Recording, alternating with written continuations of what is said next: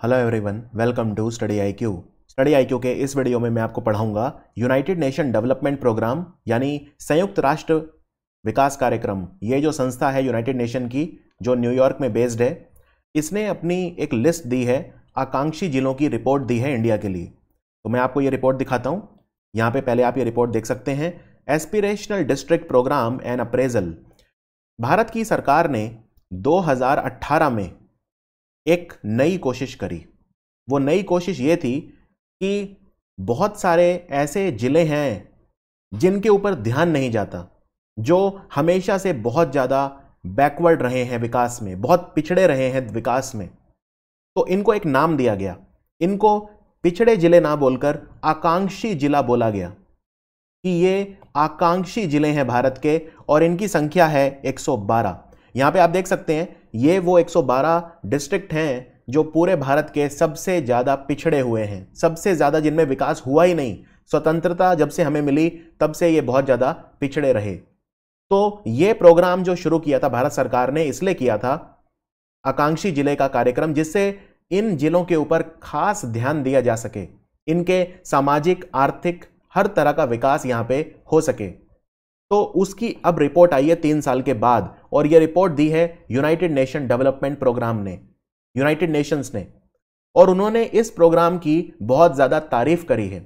इतना ही नहीं, उन्होंने यह भी बताया है कि सबसे ज्यादा विकास 3 साल में और सबसे कम विकास 3 साल में किन जिलों में हुआ है। तो वो मैं आपको इस वीडियो में बताऊंगा। और इनमें वो जिले टॉप 10 जिनमें सबसे ज्यादा विकास हुआ है, उनमें 3 उत्तर प्रदेश के हैं। नंबर 1 पे रांची है झारखंड में। तो उनकी हम पूरी लिस्ट देखेंगे और कारणों को समझने की कोशिश भी करेंगे कि इनमें इतना विकास क्यों हुआ है। तो शुरू करते हैं वीडियो। आज हम जिन 3 यूपी के डिस्ट्रिक्ट की बात करेंगे जिनमें विकास सबसे ज्यादा हुआ है पिछले 3 साल में यूनाइटेड नेशन डेवलपमेंट प्रोग्राम के हिसाब से, एक है चंदौली। यहां पे हम यानी कि ईस्टर्न यूपी की तरफ जा रहे हैं, ईस्टर्न यूपी की बात कर रहे हैं, बिहार से लगता है चंदौली। यहां पे ये है सोनभद्र। सोनभद्र देखिए कितना बड़ा डिस्ट्रिक्ट है, यूपी का दूसरा सबसे बड़ा ये डिस्ट्रिक्ट है। तो सोनभद्र, चंदौली, और यहां पे देखिए ये है फतेहपुर, चंदौली और सोनभद्र। ये 3 उत्तर प्रदेश के डिस्ट्रिक्ट हैं जिनमें पिछले 3 साल में सबसे ज्यादा विकास हुआ है। तो एस्पिरेशनल प्रोग्राम जो स्टार्ट किया था भारत की सरकार ने, आकांक्षी जिला कार्यक्रम, वो जनवरी 2018 में स्टार्ट किया गया था। और इस प्रोग्राम में हम 3 C की बात करते हैं। एक C है कन्वर्जेंस यानी समन्वय, एक है कंपटीशन यानी प्रतिस्पर्धा, और एक है कोलैबोरेशन। ठीक है, कोलैबोरेशन यानी मिलके काम करना, आपसी सहयोग करना। तो कन्वर्जेंस का मतलब क्या है? कन्वर्जेंस का मतलब यह है एक समन्वयता होनी चाहिए। स्टेट, डिस्ट्रिक्ट, ब्लॉक लेवल पर सरकारी जो योजनाएं हैं, सरकारी नीतियां, उनका इफेक्ट ग्रास रूट पे दिखना चाहिए, इस पे बल दिया गया। फिर बात हुई कोलैबोरेशन की, कि ना सिर्फ सरकारी जो विभाग हैं बल्कि प्राइवेट ऑर्गेनाइजेशन, NGOs, बहुत सारे जो सेल्फ हेल्प ग्रुप यानी स्वयं सहायता समूह हैं, सिविल सोसाइटी, वो सब मिलकर काम करें। तो वो है कोलैबोरेशन, उनके बीच में एक सामंजस्य स्थापित हो सके। और तीसरा प्रतिस्पर्धा, competition. Competition makes everyone better, प्रतिस्पर्धा सबको बेहतर बनाती है। तो विभिन्न जिलों में आपस में प्रतिस्पर्धा कराई जाए कि कौन सबसे ज्यादा आगे निकलेगा। और जब यह प्रतिस्पर्धा होगी तो इसमें कोई हारेगा नहीं, क्योंकि सबका ही विकास होगा, क्योंकि वैसे भी इन 112 जिलों के पास खोने के लिए बहुत ज्यादा कुछ है नहीं। तो इन पे क्या क्या चीजें हैं जो डिसाइड करेंगी कि विकास हुआ है या नहीं? सबसे पहले है हेल्थ और न्यूट्रिशन यानी स्वास्थ्य और पोषण, इसका वेटेज है 30%। फिर है शिक्षा 30%। फिर है कृषि और जल संसाधन 20%। और 10-10% है फाइनेंशियल इंक्लूजन और स्किल डेवलपमेंट यानी वित्तीय समावेश और कौशल विकास, और बेसिक इंफ्रास्ट्रक्चर यानी मूलभूत आधारिक संरचना, भूमि का रूप, व्यवस्था, इंफ्रास्ट्रक्चर कैसी है। तो ये है 100% वेटेज का ब्रेकअप। इन 5 पैरामीटर पे रैंकिंग की गई, क्योंकि ये 5 ही सबसे ज्यादा इंपॉर्टेंट है। तो ये देखिए आपके सामने पिछले 3 सालों में जिन भारत के आकांक्षी जिलों का विकास सबसे ज्यादा हुआ है। नंबर 1 है रांची, झारखंड की राजधानी।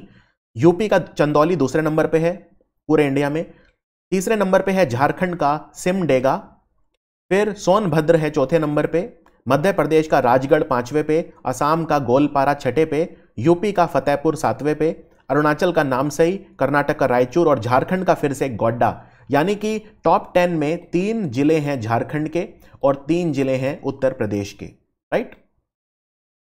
तो 5 जो टॉप में हैं, रांची, चंदौली, सिमडेगा, सोनभद्र और राजगढ़, इनमें क्या नोटिस किया गया? इनमें यह देखा गया कि ये रिजिलियंस डेवलप कर रहे हैं। रिजिलियंस मतलब यह है, अगर कोई विपरीत परिस्थिति आती है तो आपकी विपरीत परिस्थिति के प्रति संवेदनशीलता कम हो जाती है, वल्नरेबिलिटी कम हो जाती है, यानी आप एक स्थिरता डेवलप करते हैं, उसको बोलते हैं रिजिलियंस। तो ये रिजिलियंस में ऊपर जा रहे हैं और ये संवेदनशीलता में कम हो रहे हैं। आप यहां पे ग्राफ देख सकते हैं, ये 2018 का ग्राफ है और ये 2020 का ग्राफ है। तो 3 सालों में परिवर्तन देखिए। पहले रांची की बात करते हैं। रांची में पहले दोनों लगभग बराबर थे, रिजिलियंस और वल्नरेबिलिटी, लेकिन आप देखिए 3 साल में रिजिलियंस में कितना आगे निकल गया, स्थिरता में कितना आगे निकल गया और वल्नरेबिलिटी में कितना कम हो गया। यही कहानी है चंदौली, सिमडेगा, सोनभद्र और राजगढ़ की। और भारत के ऐसे कौन से जिले हैं जिनमें विकास ज्यादा नहीं हो पाया, आशातीत विकास नहीं हो पाया पिछले 3 साल में? वो आकांक्षी जिले कौन से हैं? तो ये हैं बिहार का नवाड़ा जो सबसे पीछे है, फिर छत्तीसगढ़ के 2 हैं, एक तो बीजापुर और एक दक्षिण बस्तर दंतेवाड़ा, फिर झारखंड का गुमला, बिहार का सीतामढ़ी और झारखंड का फिर पश्चिम सिंहभूम। इनमें ये नीचे से 5 हैं, तो इनमें बिल्कुल भी विकास बहुत ज्यादा मतलब आशातीत विकास इनमें 3 साल में नहीं हो पाया। तो यूपी के बाकी डिस्ट्रिक्ट कैसे फेयर करते हैं? टॉप 10 में तो 3 हैं, इसके अलावा यूपी में बलरामपुर, चित्रकूट, श्रावस्ती, सिद्धार्थनगर और बहराइच, ये वो डिस्ट्रिक्ट हैं जिनमें ठीक ठाक विकास हुआ है, खास तौर पे बलरामपुर, चित्रकूट और श्रावस्ती में। ठीक है, बलरामपुर, चित्रकूट और श्रावस्ती। चित्रकूट में आपको याद होगा अभी अभी 2 बांध भी बने हैं चित्रकूट में, एक तो है रसीन बांध और दूसरा है चिल्लीमल बांध।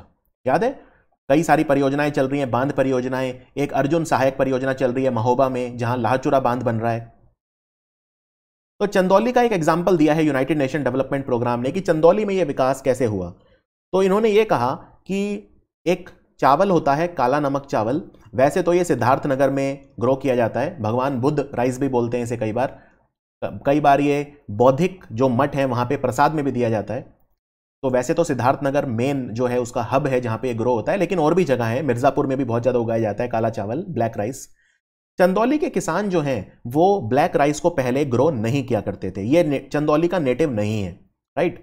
लेकिन जब किसानों को लगा कि अच्छा प्रॉफिट कमाया जा सकता है, क्योंकि ब्लैक राइस की डिमांड ऑस्ट्रेलिया और न्यूजीलैंड में बहुत ज्यादा थी और ऐसा माना जाता है कि ये कैंसर को भी ठीक कर सकता है क्योंकि इसमें एंटीऑक्सीडेंट पाए जाते हैं और इसमें औषधीय गुण पाए जाते हैं। तो चंदौली के किसानों ने भी इसको ग्रो करना स्टार्ट किया, ब्लैक राइस को ग्रो करना स्टार्ट किया और ये चावल बहुत महंगा बिकता है, 200 रुपए किलो बिकता है, जो कि आम चावल के प्राइस से डबल है ऑलमोस्ट। और एपेडा यानी agriculture and process food export development authority ने भी इसको प्रमोट किया और आज चंदौली के जो किसान हैं वो बहुत ज्यादा मुनाफा कमा रहे हैं काला चावल जो होता है, काला नमक चावल, उसको ग्रो करके। तो ये एक एग्जांपल है जो यूएनडीपी ने दिया है कि चंदौली ने कैसे ग्रो किया, और ये चावल अब मिर्जापुर में भी काफी ज्यादा ग्रो किया जाएगा। मिर्जापुर एक और कारण से न्यूज में था, यहां पे विंध्यावासिनी माता का जो कॉरिडोर है वो भी बन रहा है। ये उत्तर प्रदेश का दूसरा कॉरिडोर होगा काशी विश्वनाथ कॉरिडोर के बाद।